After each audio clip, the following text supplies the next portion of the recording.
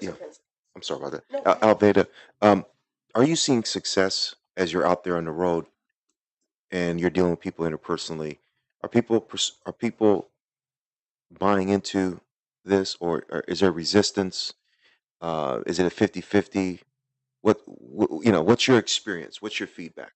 Just from being on social media, Facebook, Twitter, all of that, not as much in the church, although I'm very active in my church, but kids today, all the young people, Joe could tell you, we went to speak at a school, this beautifully ethnically blended Christian community in school.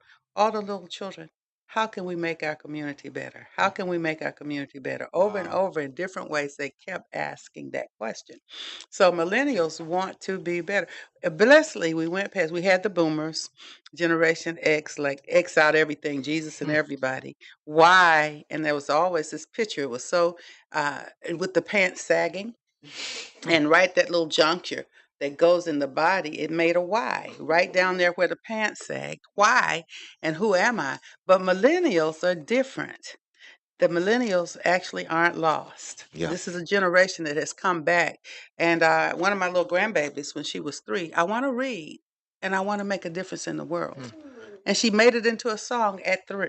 They're very action oriented. So they are, but they want a better life, and they know that. So it's our responsibility to equip this generation. We have to do it. And so it's not, all hope is not lost. I tell people all the time, they say we've gone backwards even with the race issue, and things are almost as bad as it was during the slavery days. I said, you've never experienced a white and colored restroom. You can't go in the store. You can't buy this. You've never experienced that. I have. And if you've only seen it on television, heard about it, Joe's family went to see somebody burn a cross in somebody else's yard.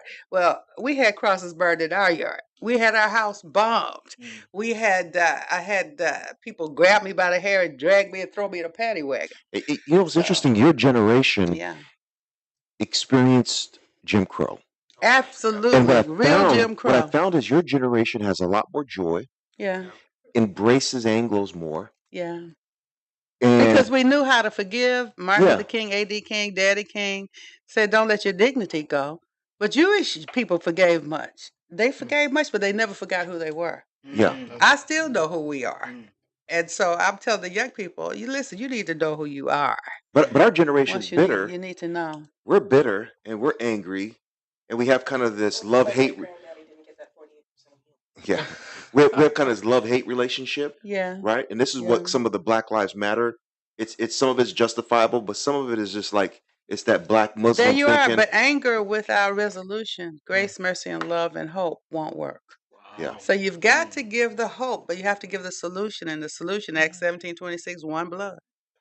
And that's why you cannot abort a whole ethnic group, because that's still human beings. You can't abort away a whole generation or 2 or 3. Well, they're not ethnically what we are. We are ethnically superior. And so all of those little schemes and plans, we've got to learn to live together as brothers, as Uncle M.L. Martin Luther King said. My dad agreed. Or I say as sisters, or perish as fools. Acts 17:26, we are one blood. We are one human race. From the womb to the tomb.